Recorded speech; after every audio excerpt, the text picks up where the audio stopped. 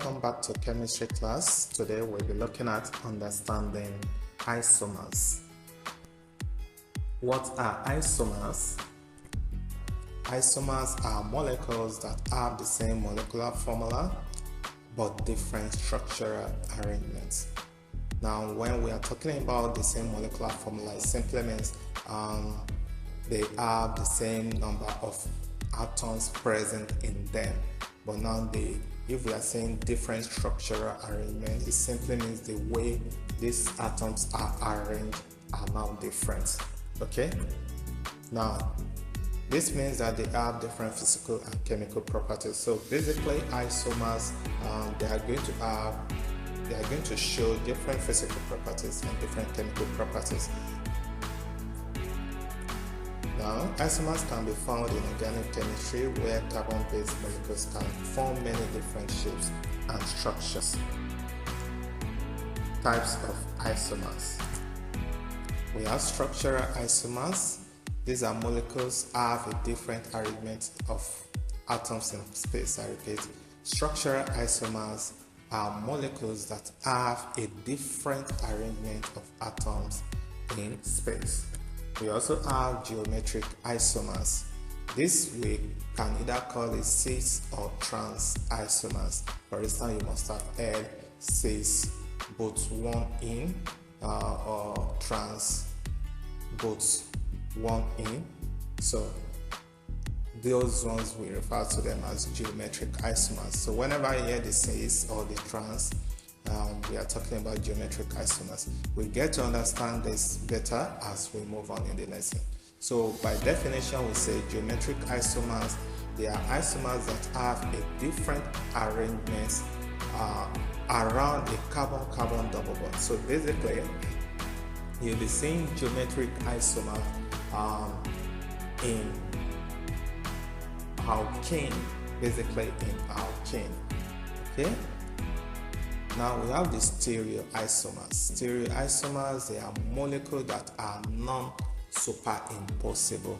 They are non-superimposable mirror images of each other. Now let's take a look at this image here.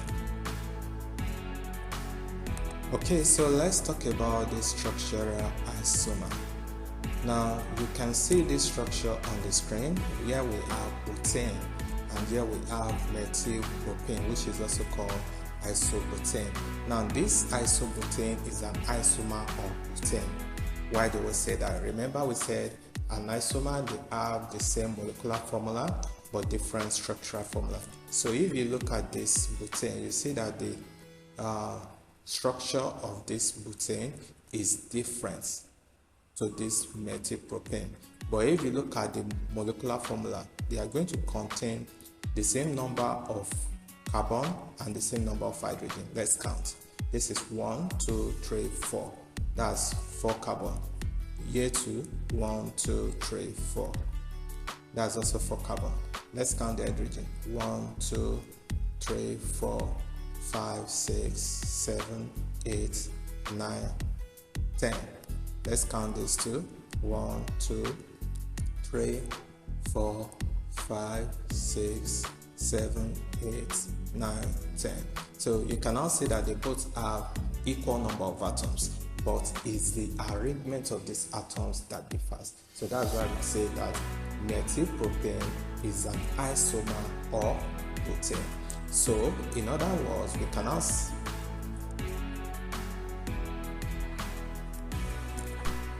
so one thing you should also know is that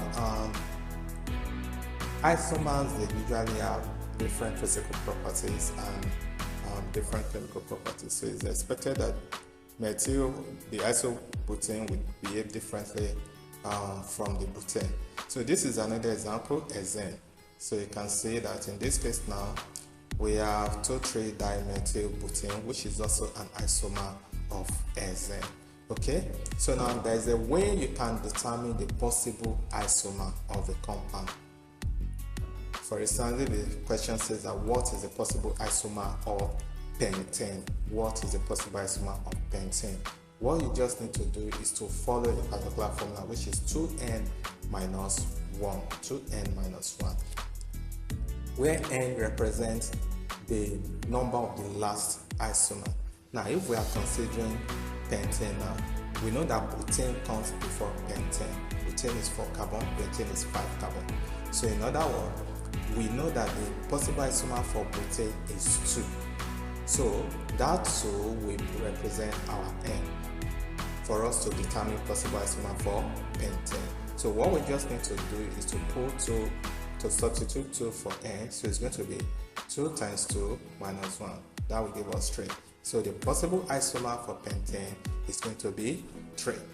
Okay, so now can you pause this video and determine the possible isomer for ethane, So ethane is actually 6 carbon. So what do you think is going to be the possible isomer?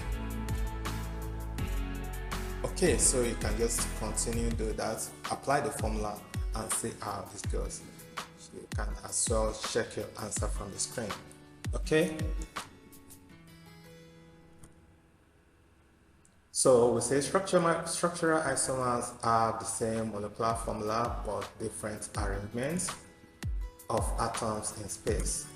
For example, the compound C4H10, that is butane, has 2 structural isomers, N-butane and isobutane. So this particular butane is what we call the N-butane. Then the second one is the isobutane. They have the same number and type of atoms, but the carbons are arranged differently.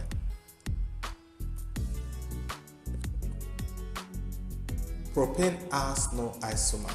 Why? Why do you think? Okay, so let's quickly talk about the geometric isomer. So talking about geometric isomer, basically it has to do with the cis and trans configuration. Now, whenever you see the substituent group, the substituent group could be chlorine, it could be bromine, iodine, or methyl, anyhow. Now, whenever you see the substituent group like this one highlighted in red, if you see them in the same position like this, then it's cis. But if they alternate one another like this, so it's trans.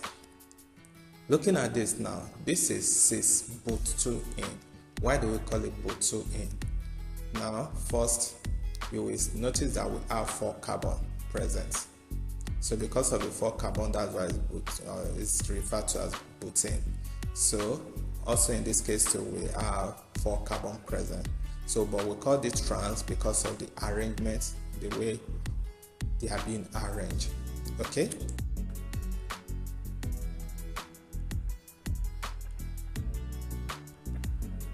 Okay, now we want to talk about the stereoisomers. When we say stereoisomers, these are isomers with the same molecular formula but different structural formula. In this case now, the isomer, they are not superimposable. For instance, if we say something is not superimposable, it simply means it doesn't form a mirror image. Like if you are looking at the mirror, you will see the exact way of yourself. Your right hand will also be facing the right of the image, like it's superimposable. But when we say not superimposable, it simply means it can be, if you place it one another, it won't be, you won't be having a good overlay. For instance, if let's say I want to overlay this trans 2-butane on this cis 2-butane, you will notice that this H here will not match this CH3. So that's what we mean by it is not superimposable. So stereoisomers, what makes them different from other isomers is that stereoisomers, they don't form mirror images and hence they are not superimposable. So we say stereoisomers are molecules that are non-superimposable mirror images of each other. This means they have the same connectivity, but the spatial arrangement of the atoms is different. Common examples include the sugar glucose and galactose, which are stereoisomers. Identifying isomers. To identify isomers, you must carefully examine the arrangement and connectivity of the atom in the molecule. For instance, in the case of these stereoisomers, you must be able to identify if it's superimposable or not. So, if an isomer is not superimposable, then you know that it's a stereoisomer. Then, if it has to do with the geometric isomer, then you have to check the position of the substituent group. The substituent group could be chlorine, it could be iodine, it could be bromine, it could be methyl. So you just need to check the position if it's the cis or the trans configuration. Draw the structural formula and consider how the atoms and bonds are arranged in base. Determine if the molecule exhibits any of the three main types of isomerism we have discussed. Okay, it's time for activity. How many isomers are there in pentane? How many isomers are there in pentane? Draw the isomers. So now, basically, when we are talking about drawing of isomers, it's just like a possible way that we can still redraw a given structure, such that we won't be adding more atoms, but the structure will change. So it requires creative thinking sometimes, whereby you want to look at the possible ways you can still redraw a particular structure. For instance, I can think of possible ways of drawing octane. For instance, I can think of possible way of drawing octane, just like you are seeing on your screen now. This is a possible isomers of octane.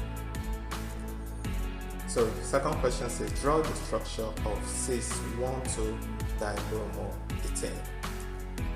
Then the third question says, how many isomers are present in butane and enzene? So conclusion, isomers are important concepts of inorganic chemistry as they demonstrate the diversity of molecular structures that can exist with the same chemical formula. So please remember that when we are talking about isomers, they have the same molecular formula but different structural formula, and this will definitely affect their chemical properties as well as physical properties. Okay, so that will be all for today. See you next class. Bye.